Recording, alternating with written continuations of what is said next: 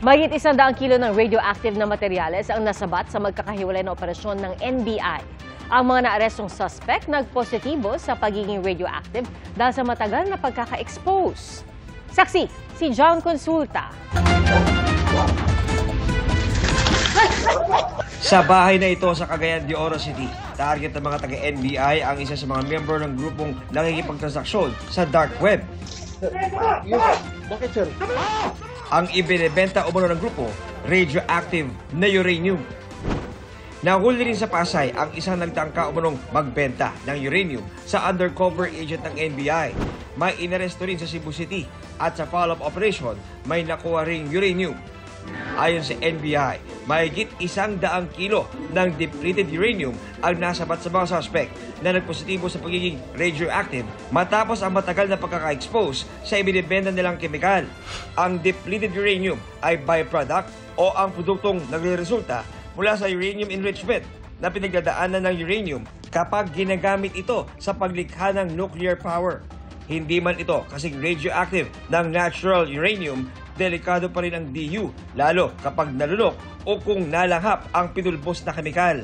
Yung powder, pag na-inhale, pag pumasok sa lungs, alpha emitter yun eh. Yun talaga ang magiging, may material ka na nasa loob mo na nag-generate ng alpha particles, which is a potential route for cancer.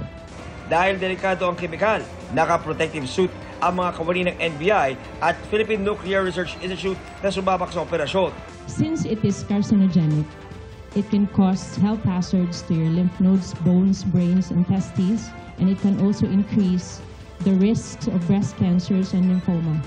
Nagsagawa na ng decontamination ang PNRI sa mga lugar ng operasyon sa Pasay, Cebu at Cagayan de Oro para matiyak ang kaligtasan ng publiko. Depleted uranium, especially the solid state, it's very high density. So if you use it as a bullet, it can penetrate almost anything. So that's isang ano yan. Or you can use it as a shield. Ang DU ay maaring gamitin as dirty bombs or radiation dispersal devices. Our subjects were intending to sell it to foreigners and not to Filipinos. Ito ang kauna-unang operasyon ng NBI at PNRI na may kinalaman sa uranium na isang radioactive material. Ayon sa NBI, kahit na mabigat ang implikasyon ng ginawa ng mga suspect, bailable ang kasong kinakaharap ng mga ito sa ilalim ng RA 5207 na 1968 pa na ipasa. We hope that there will be a review of the law. As we speak, we understand that there is a pending bill para ma-improve itong batas.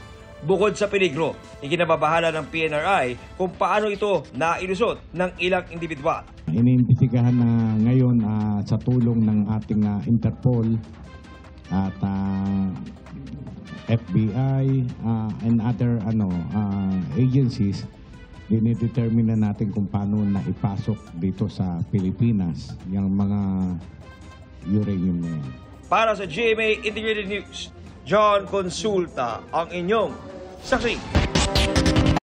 Mga kapuso, maging una sa saksi. Mag-subscribe sa GMA Integrated News sa YouTube para sa iba't ibang balita.